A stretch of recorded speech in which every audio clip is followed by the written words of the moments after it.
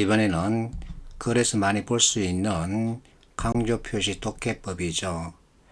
자, 이와 같은 강조 표시가 있으면 이거 위주로 보면 됩니다. 자, 글머리에 강조 표시가 있으면 필자가 강조 표시한 이것 중심으로 내용을 전개하겠다는 뜻입니다. 글꼬리에 강조 표시가 있으면 내가 표시한 강조 표시 여기에는 특별한 의미가 있다. 그러니까 다시 한 번 더 잘 살펴봐라. 그 뜻이죠. 자, 우리가 앞에서 풀었던 56번 문제 지문을 보겠습니다. 자, 그건 너의 생각이란 표현에 강조 표시가 되어 있죠. 그건 너의 생각이야 하면서 넘겨버리는 사람들도 많다. 이 문장의 뜻과 배치하는 것은 어느 것일까? 3번이죠. 너는 너, 나는 나, 이와 같은 생각을 가지고 있다는데 엄격한 잣대로 비판한다. 그러면 안 되죠. 그래서 이것만 잡고서도 충분히 답을 고를 수 있는 겁니다. 역시 앞에서 풀었던 58번 문제 다시 보겠습니다.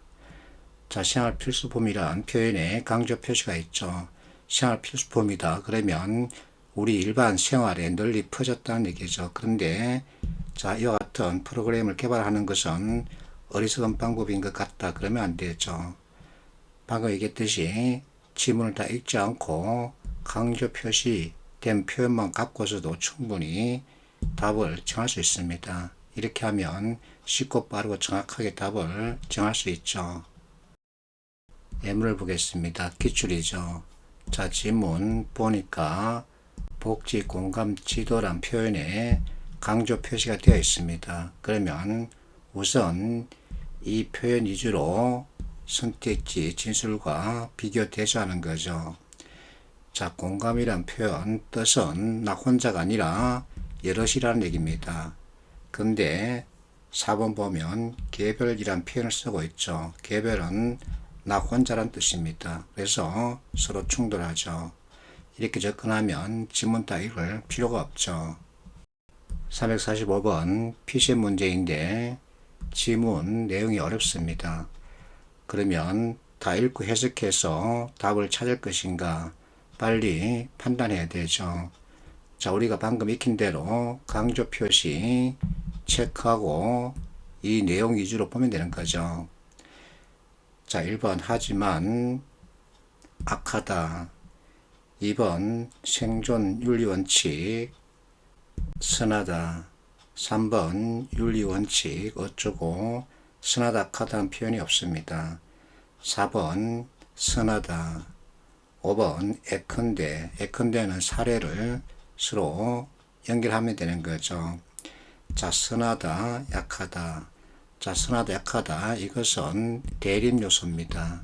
여기서도 같이 대립적 요소를 그대로 보여주고 있습니다. 그러면 해석하지 말고 답을 5번으로 정할 수 있죠. 이렇게 접근하면 정말 아무리 어려운 내용일지라도 쉽게 답을 찾을 수 있죠. 351번 18년도 기출이죠. 자, 지문 머리에 포스트 휴먼이란 표현에 강조 표시를 했습니다. 그렇다면 필자는 이것 위주로 내용을 전개하겠다는 얘기죠. 꼬리에 내가 이런 능력을 가지고 있었으면 얼마나 좋을까라는 표현에 역시 강조 표시를 해놨습니다. 그렇다면 필자는 여기에 특별한 의미가 있으니까 잘 봐라. 그 뜻을 제시하고 있는 거죠. 자, 이와 같은 것이 있으면 얼마나 좋을까 하는 것은 희망을 나타내는 거죠. 바람입니다. 그런데 선택지 2번 보면 꼬리에 기결이란 단어가 등장하죠. 기결, 단어 뜻은 그 결과 그렇게 될 것이다. 이것을 말하죠. 새로운 인간형이 탄생할 것이다 라는 것을 보여주고 있습니다. 그런데 지문 내용은 희망사항일 뿐이죠. 그래서 충돌하는 선택지는 2번이죠. 자, 앞에서 설명했듯이 글머리에 강조 표시가 등장하면 이것 위주로 내용을 전개할 거야. 이것을 뜻하고 꼬리에 강조 표시가 있으면 내가 여기에 특별한 의미를 부여해서 그러니까 잘 봐. 그 뜻입니다. 이것을 잘 활용하면 지문 다 읽지 않고 쉽고 빠르고 정확하게 답을 확정할 수 있죠. 352번 기억 디귿에 들어갈 적절한 표현을 찾으라는 거죠. 글머리에 조선인 강조 표시 등장했습니다. 그러면 뻔하죠. 조선인과 대립관계 있는 것은 일본입니다. 그래서 3번, 4번 압축되죠. 자, 니은 식민주의가 등장하죠. 그러면 제국주의와 관계를 맺게 되죠. 그래서 답은 3번이죠. 자, 식민주의와 제국주의는 결국은 국가주의입니다. 그래서 3번 확정할 수 있죠. 353번. 자, 글에 대한 이해를 묻고 있습니다. 지문 머리에 사이란 표현에 강조 표시가 되어 있죠. 그러면 사이 개념 가지고 선택지 진술 살펴보면 되죠. 사이는 공간을 뜻합니다. 결국은 개방적이라는 얘기죠. 자, 4번 동양 건축은 자연환경에 대해서는 개방적이다 하지만 인공 조형물에 대해서는 폐쇄적이다. 자, 인공 조형물은 어디서 찾아볼 수 있을까요? 조적식이란 표현에서 인공 조형물 찾아볼 수 있죠. 자, 이것도 역시 사이를 강조한다 그러죠. 그래서 폐쇄적이다 그러면 안 되죠. 답은 4번이죠. 354번 부합 여부를 묻고 있죠. 기출입니다. 지문 보니까 글머리에 자연스러운 표현에 강조 표시가 되어 있죠. 책을 읽는 것은 결코 자연스러운 행위가 아니랍니다. 그렇다면 이것만 체크하고서 답을 찾을 수 있을까? 충분히 찾을 수 있죠.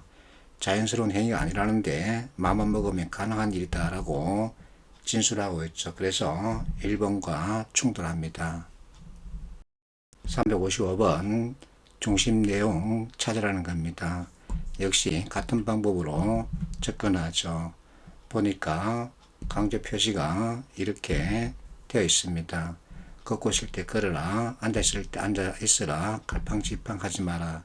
이것은 집중을 뜻하죠. 그래서 바로 답을 정할 수 있습니다.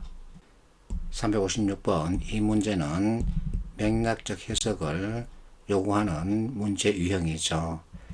자, 지문꼬리에 반사회적이란 표현에 강조 표시가 되어 있습니다. 그러면 이와 같은 것은 무엇에 대한 반사회적 행동일까? 법률일까? 아니면 다른 무엇일까? 어른들 기대에 어긋난 행동을 말하는 거죠. 그래서 이와 같은 변화를 유발한다는 것과 연결됩니다.